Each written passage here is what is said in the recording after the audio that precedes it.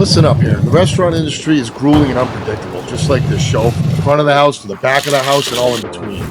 We will turn up the heat, you turn up the volume. I'm Chef Antonio Caruana. Welcome to the Tell All Podcast, the Burnt Hands Perspective.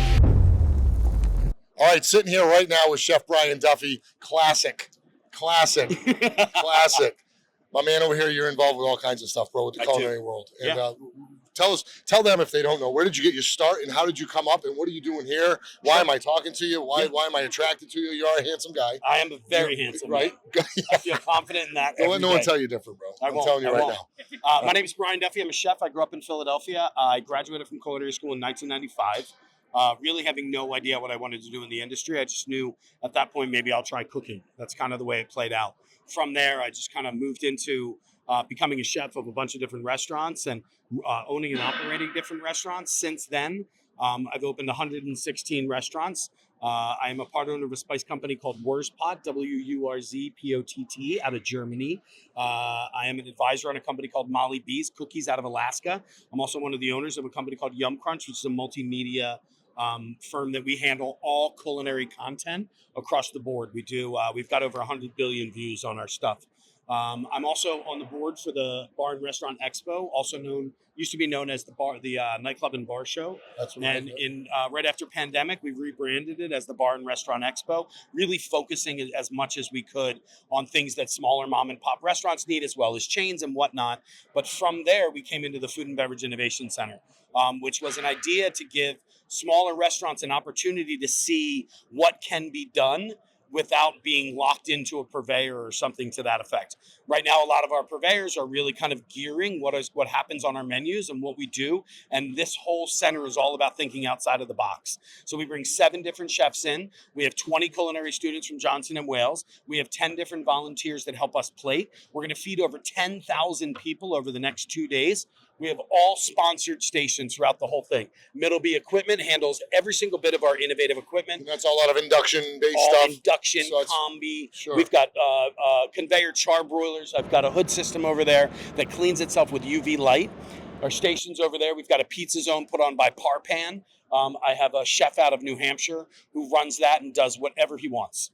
Literally whatever he wants. He creates some of the greatest pizzas coming out of there. I've got a fry zone sponsored by Allied Potato. So we have three different cuts of fries. And then I have Heinz Kraft, who handles all the sauces for it. So they have the new system, which is basically it's a million ways to sauce. So they have choose one, but what you can do is you can mix and match and create any sauce you want to do. Right. Then we have like Maple Leaf Duck as a sponsor, Land O'Lakes Queso Bravo, which is a huge sauce that we're using in the show, Fresh Origin, microgreens. So really just kind of getting some of these products. It sounds like the stuff you're talking about, for, the broadleaf duck, I use that. The microgreens. Maple Leaf, I'm sorry. Yeah, no worries. So broadleaf is where I get my board. Yeah. Maple Leaf Duck, Canada. Yeah. Canadian duck. Good stuff. I mean, this is good quality stuff. Indianapolis. That is from there. Maple Leaf is Indianapolis. Things I learned. Yeah. Well, I didn't know either. I always thought it was a Canadian company as well. Then when I started to dig in and find out more about their product, and what they're doing for us is a sous vide duck breast and a duck confit, and then I'm frying all my fries in duck fat. Perfect. So as I confit my duck for my menu, I'm always recycling my duck fat and keep growing and growing Constantly. and growing. So it's a great thing.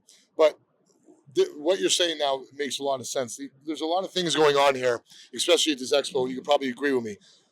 Small town USA, everywhere USA. Yeah. A lot of us are only subjected to what it is that we are subjected to, right? Yeah. So our reps, our vendors, our purveyors will bring us only what we see.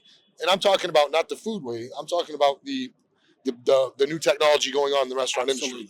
Here at these events, I recommend all of you come and see what's here, because just walking through it one time, you're going to see so many innovative things that can help you get more inspired to cook, more methods of cooking, easier ways of cooking, monetarily, saving you money to cook. May cost you a little upfront, but what it saves you in the long run is ridiculous. Sure. So technology has changed drastically since COVID. Yeah.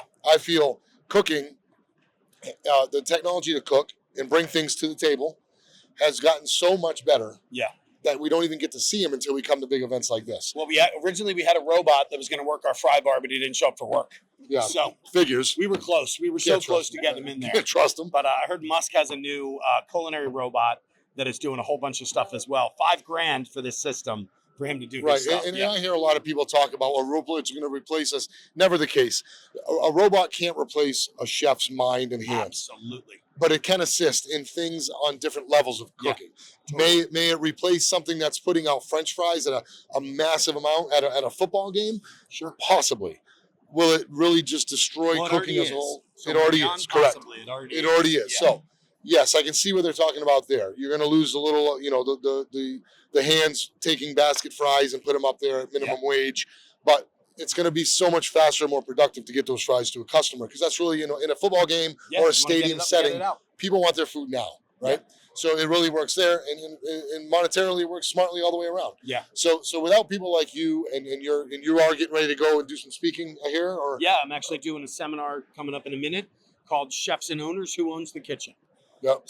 So perfect. So when you go to these seminars, you're basically reciting what you've learned, your experiences.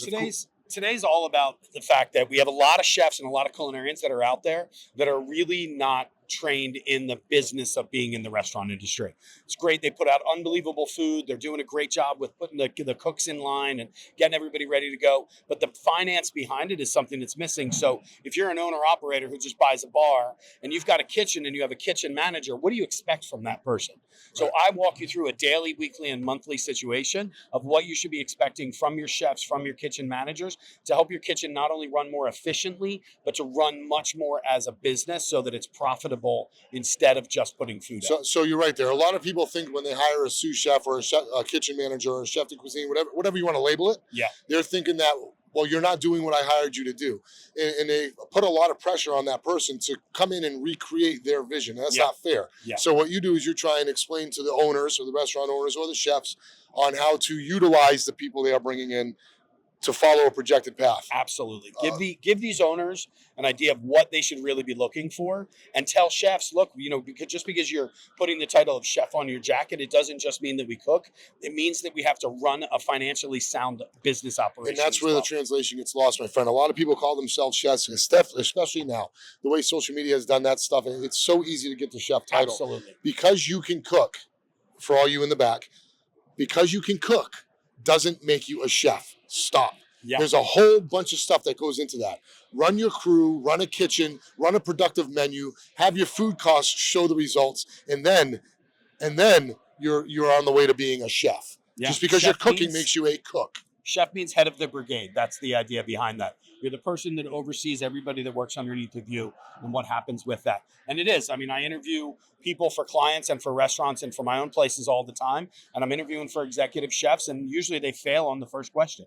First question being, let's talk about the budget at your last restaurant. Sure. Well, most of them don't understand what a budget is. They don't even know what the sales they were doing. Well, if you don't know what your sales are, how are you budgeting for your purchasing? Sure. How are you budgeting for your scheduling? And how are you going to make money off of that product? Right. And a budget can go a couple of ways. So when I ask that same question, I'm looking for at least some sort of costed percentages, some sort of how are you spending a budget? Because a budget could be a budget, Yeah. But how are you going to go around it? If you have a $500,000 budget, which would be beautiful, it's going to be the same treatment as a $30,000 budget. Yeah. So what is your parameters of what you're going to do with that budget? Where do you want to operate? Where are your numbers? Where are your percentage? Where are you staying? So these are all things that you try and bring to in your speeches and lectures. A lot of time. I talk all over the country, all over the world about hospitality and profitability, how you can make more money based off of what you're doing. While I'm here, I do 2 days of live menu reads where I have not seen any of the menus that are being presented to me. They get up on a screen. I read it for the first time, not only as a chef, but also as a guest. And I'm looking at that menu and I'm critiquing your menu,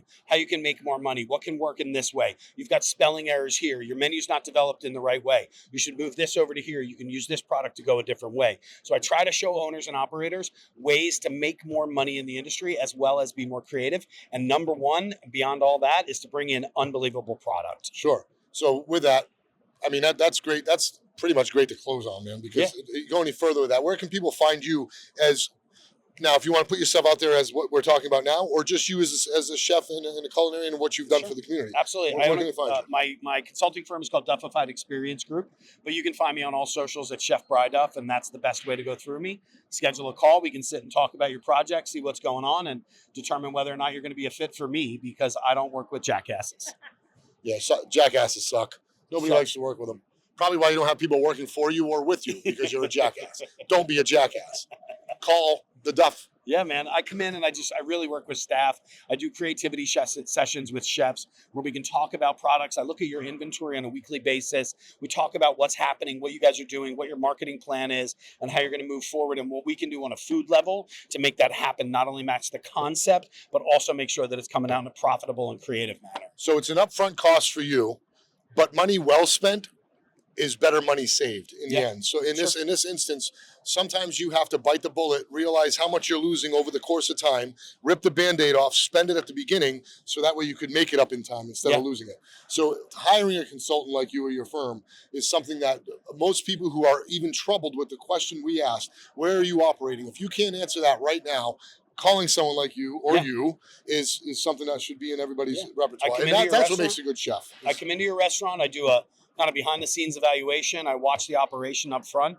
The next day I come back in, I hop into your kitchen, I watch the operation in the kitchen, and then we go from there and figure out where the problems are and what lies. Perfect. Yeah. Man, I've been following you for quite a while now. I got the pleasure to meet you first months ago, and we've been somewhat of contact between now and then. Back out there plan again to see this you week. Again. Yeah, plan to see you again in the next couple months. Sounds good to me, man. And love seeing you out here doing what you're doing, bro. Especially for the kids, what you're doing with the kids and the programs and the training and we the work students. with Johnson & Wales. We pull them all together. We do a session in the morning. All of our vendors come in, talk to them about the products, because it starts with your culinary students and your guests about what it is that's going to move forward in the future.